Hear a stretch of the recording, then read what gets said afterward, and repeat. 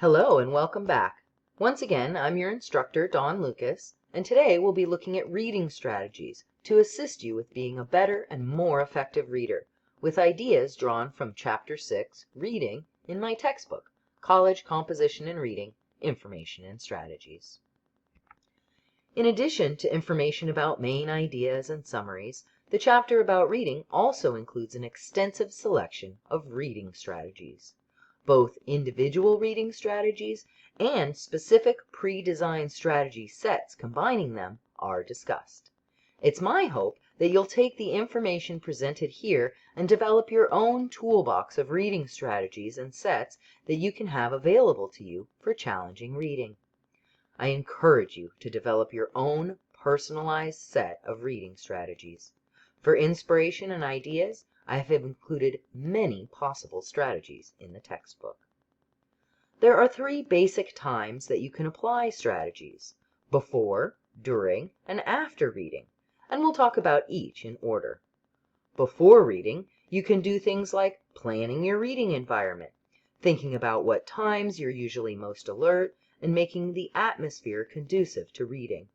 For most people, that means some area of peace and quiet, while others need background noise to feel comfortable. You should experiment and find out what your ideal environment is, and try to do your reading with that knowledge in mind. Things such as previewing or pre-reading are also recommended for before reading, as you'll be preparing your mind and activating the schemata that you will be building on within your own mind, helping you to understand and remember better, among the other advantages of schema we discussed previously. You can look at headers, bold words, first and last sentences of paragraphs, and those sorts of textual features, and then capitalize on that by thinking, predicting what the reading will cover, thinking about what you already know or want to learn about the subject, decide on your goal for the reading, and so on. See the textbook for more specific examples of these types of strategies. During reading, there are many strategies that can be helpful as well. You can try strategies that help you get involved, such as connecting the ideas to previous knowledge and evaluating the text. Structuring your time by taking breaks to recharge and stopping to review can also be a helpful strategy. Of course, reading effectively and actively is key and is supported by strategies such as looking for key words, visualizing, rereading as needed, and keeping tabs on your mental representation of the text. One of the best types of techniques are the ones that use writing to support reading by taking notes or annotating, or even just underlining parts of the text. Again, see the textbook for more specific examples of these types of strategies. After reading, you can write by summarizing or outlining the information, discuss the reading with others, think about the reading by drawing conclusions and considering what you've read, both structure and information, or you can reread and review to cement the information in your mind. Finally, you should reward yourself with something that you like to do once you accomplish the reading so that your instincts will be less likely to work against reading next time. It will help you come to see reading as a positive, rewarding activity. Now, all of these strategies are individual. When it becomes truly effective is when they are combined into sets of strategies for throughout the reading process. I encourage you to create your own multi-step process for what you will do before, during, and after reading once you've tried the various techniques and decided what will work best for you and for the situation. However, there are quite a few multi-step processes that already exist. Let's take a look at a few that were discussed in the textbook.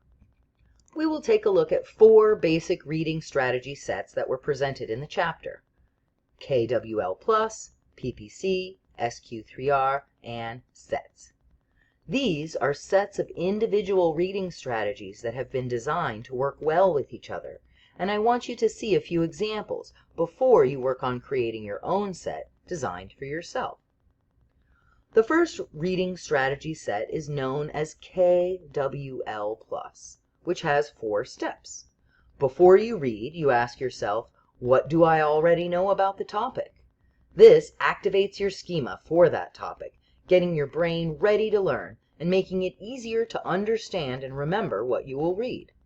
This is one example of a thinking strategy for before reading from the earlier slide. The next step is to think about what you want to learn. This primes your attention. If you know what you want to get out of it, your brain will unconsciously be scanning for that information and will store it, since you've already decided that it is most important. This was demonstrated in the homeowner burglar example in the chapter on understanding and remembering.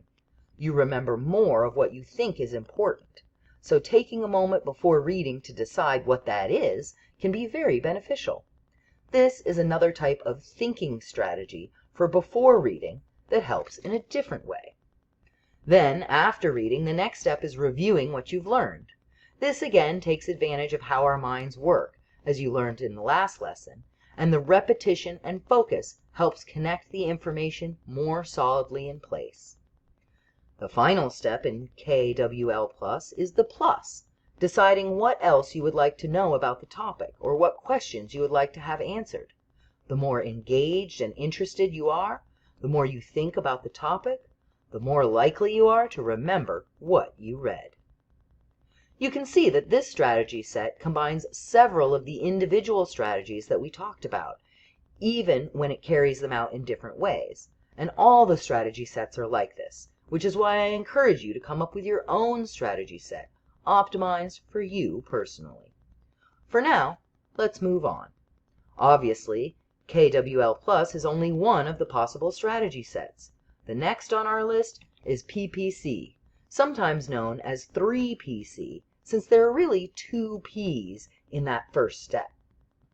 The first step in PPC consists of previewing and pre-reading, which again activates your schemata for the topics you'll be reading about. Previewing is looking over the reading as a whole, paying attention to things like the title, call-out boxes, subsection titles, summaries, bold words, and so on. Pre-reading, on the other hand, is reading the first and last sentence of each paragraph to get an idea of the general topics and points. Again, you can see that this set, like the last one, starts out with strategies for before reading, though this has several strategies in the preview type rather than the think type that KWL Plus featured. Once you've looked through the reading and gotten an idea of what it's about and how it's laid out, you then predict before you read, which is a thinking strategy for before reading.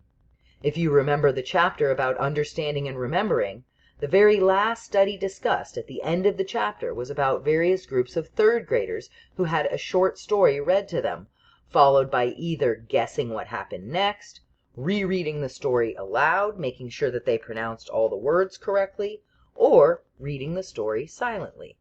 The children who guessed what happened next remembered almost twice as well as the other groups. The same principle that helped them remember after predicting will help you, since prediction is a great way to engage. Finally, the last step in this method is coding, which is focused note-taking while you read. Your notes should be concise and relevant, more like bullet points than paragraphs. You try to keep the notes as brief as possible, staying focused and noting down the key ideas regularly, stopping after every section or few paragraphs. Stating the main idea out loud can help you capture it more succinctly. More helpful hints for coding are provided in the textbook.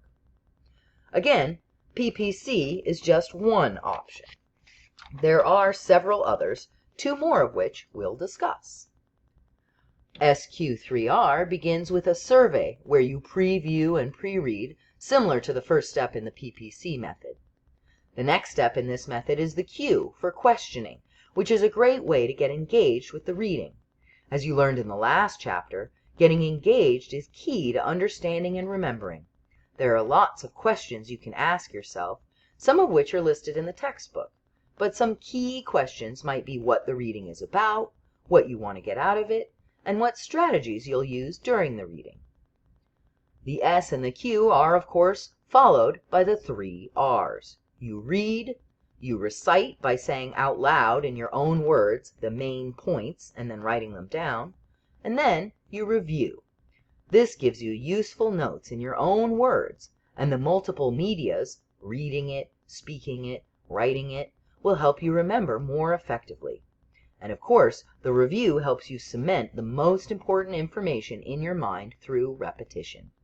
This strategy set includes strategies for before, during, and after reading. Now that we've examined 3 of our 4 pre-made strategy sets, let's take a quick look at the last one, sets. Sets asks you to connect and relate ideas. Again, this is a method of schema activation before and during reading, where you think about what you already know about the topic and connect your own experiences with what you read. Next, you evaluate the text by forming your own opinions. Thinking critically engages you and will help you both understand and remember more effectively. This method also emphasizes the fact that short breaks are important to prevent burnout. Give your brain a rest every once in a while. Finally, the last step is to review regularly. Divide the reading into chunks, and at the end of each one, stop to think about what you've learned or what was important to help your mind create an effective summary of each part, which not only makes your understanding clearer, but helps you remember better as well. You'll notice that these strategies overlap quite a bit. You can see some of the common elements to a successful and effective set of strategies and notice how they connect with the information presented in the chapter on understanding and remembering. I encourage you to take the inspiration from this chapter to design a reading strategy set that is the most effective for you personally. An important part of supporting reading through writing is to be able to take accurate, effective, and useful notes. Note-taking has many benefits. For one thing, it forces you to read actively as you evaluate and search out sections of the text worth summarizing or quoting for your notes. Using your hands to handwrite or type the notes also means that you're interacting in another modality, both sight and touch, which will also help increase your understanding and retention of the material. Taking notes is an invaluable strategy for understanding and remembering what you've read, and is one of the main types of writing to support reading, along with summaries, which we've already discussed. When you're deciding how to take your notes and what should qualify to go in them, keep your purpose in mind.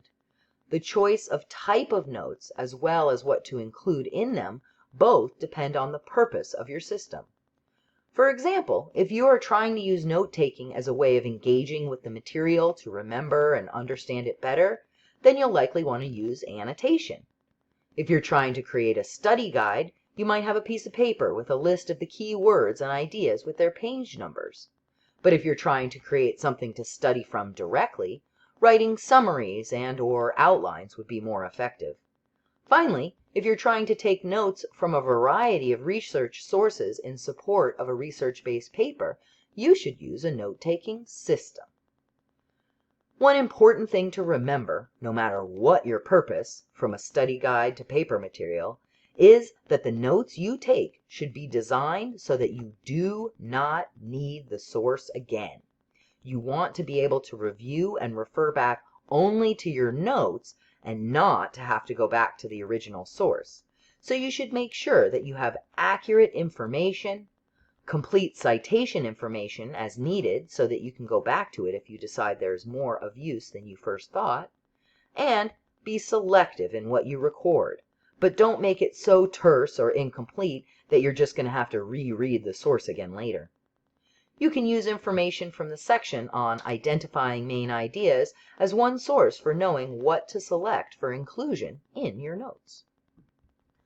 There are many different methods for taking notes, from ones for collecting research like index cards to ones for understanding and retention, such as annotation or mind mapping, which, along with outlining, can be useful for creating study guides.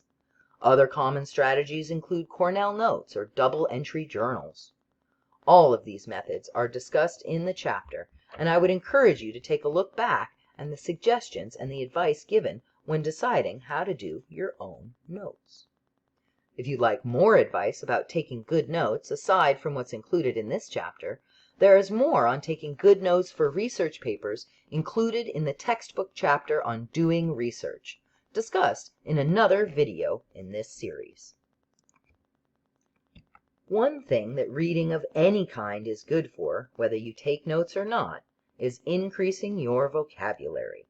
The most effective way to learn new words is to run into them in context and to then have them reinforced by seeing them again. So, frequent reading is always the best method for increasing your vocabulary as well as your grasp of proper grammar and spelling.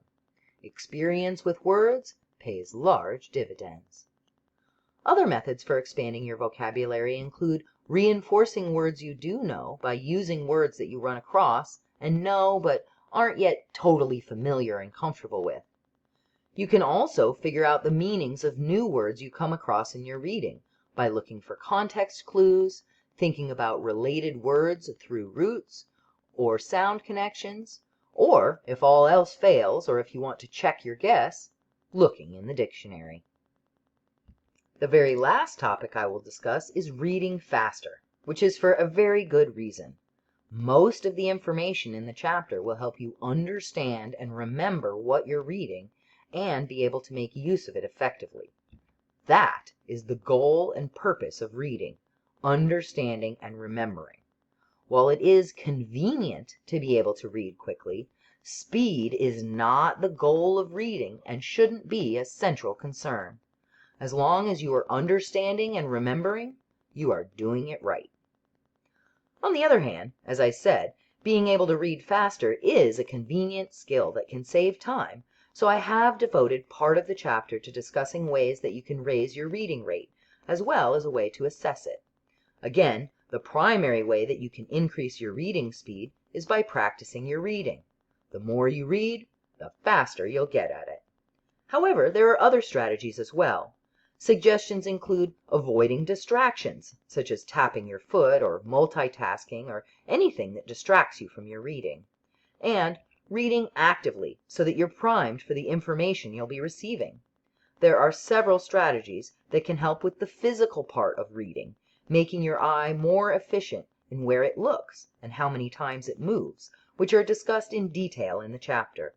Reading sprints, where you set a timer for a minute and read as fast as possible, followed by 5 minutes at a comfortable speed, can help increase your overall reading speed if done regularly. Thank you for watching. I hope that this overview was helpful and illuminating and has helped you understand how you can be a more effective reader. Please don't hesitate to contact me with any question that you may have about the material. I'm always happy to help.